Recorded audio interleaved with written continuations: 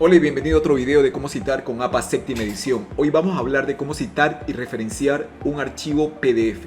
Aclarar que suele existir confusión al momento de decidir citar un archivo PDF. Recuerde que una tesis, una disertación, informe, artículo científico, libro, etc. en la web puede estar en formato PDF, por lo cual debes seguir las normas para este tipo de citación en particular. Eso quiere decir que en lugar de pensar en citar un archivo PDF, deberías pensar en citar como tesis, como informe, como un artículo científico, como un sitio web, etc.